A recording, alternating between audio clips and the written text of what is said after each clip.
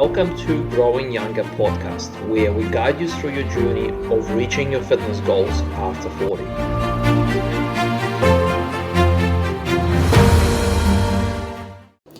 A fitness supplement that may benefit you physically as well as cognitively. Hi guys, my name is Alex Blazewski. I'm a physiotherapist from Growing Younger Fitness. And today we're going to talk about creatine. So the creatine has been used for decades, particularly in the fitness industry. It's widely considered to be one of those supplements that young people, who go to the gym and lift weights take. But lately, thanks to the new research that became available, the perception that people have about creatine is changing fast. So first of all, creatine is probably one of the most researched supplements there is. It's been studied for years, for decades. The researchers try to establish what effect it has on the body, but also whether it has any side effects. And I'm going to cover all this for you in this episode. So let's just start with how does it work? What does it actually do? So creatine forms part of your body's energy system. Essentially, it turns what's called an ADP molecule into ATP molecule, which becomes a source of fuel for your body to perform quick, fast actions that require a bit of muscle strength. And the other thing that sets creatine apart from a lot of other supplements that you might see is that it's naturally occurring in the body. So you have creatine in your body even without supplementing with it, okay? So you naturally have a certain amount of creatine in your body. It's basically an alternative power or energy generating system that you have inbuilt within your body. So it's not a synthetic drug, it's not a steroid, it's not some kind of fancy stimulant. It is a naturally occurring chemical that you can also supplement by adding more to your system to improve your performance.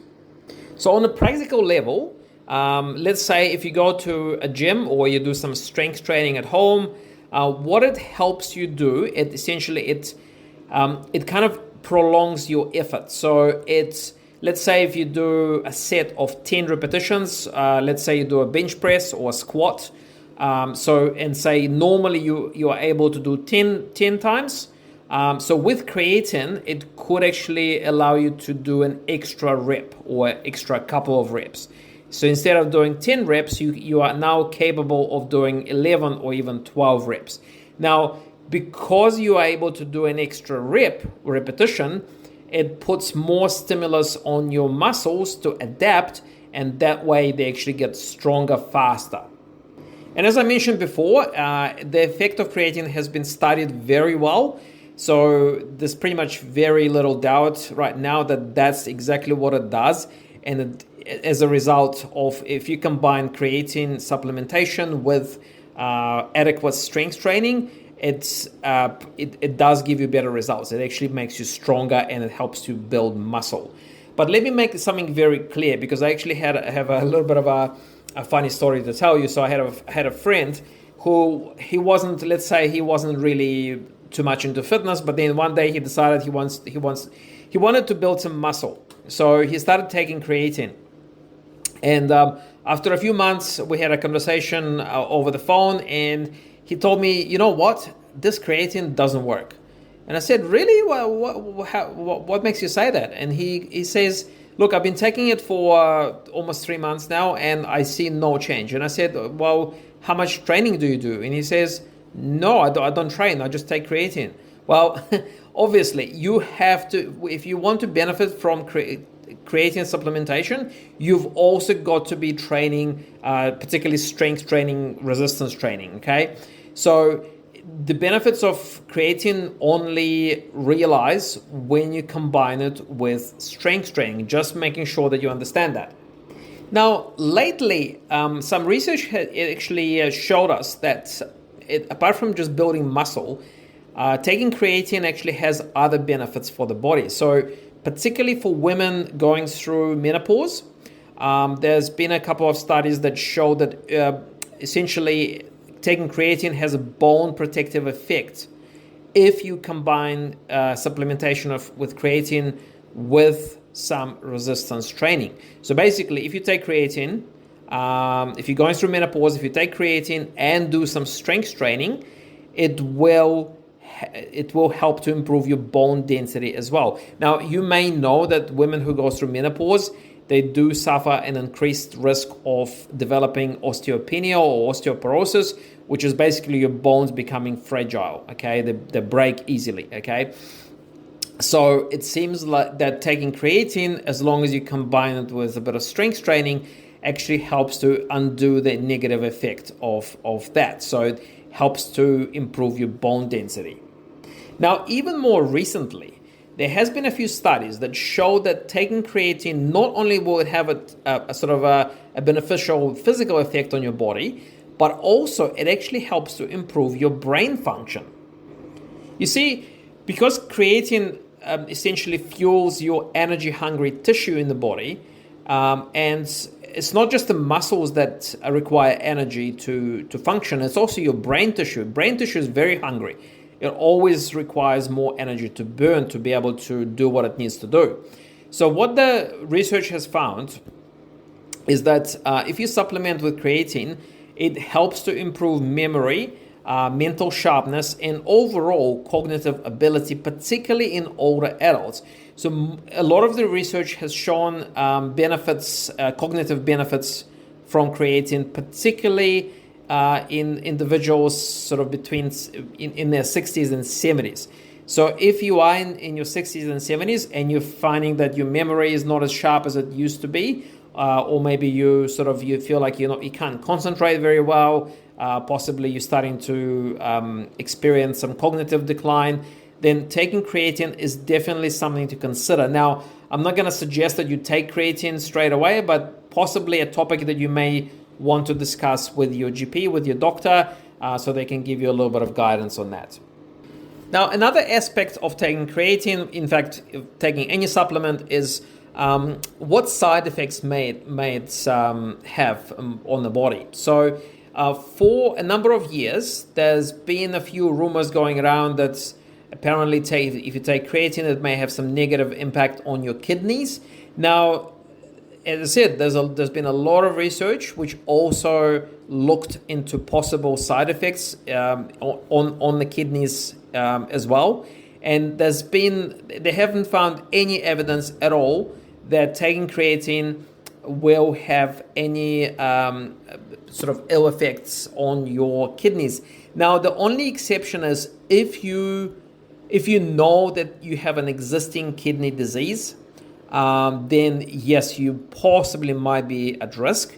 But again, this is something you need to be discussing with your doctor before taking. So especially if you know that you have a kidney problem, then before taking creatine, you definitely should be discussing this with your doctor. But for most healthy individuals, taking creatine appears to be completely safe. And this has been studied creatine has been studied for decades now, and they had a lot of follow-up. So it's not just like a study that went on for 1 or 2 years.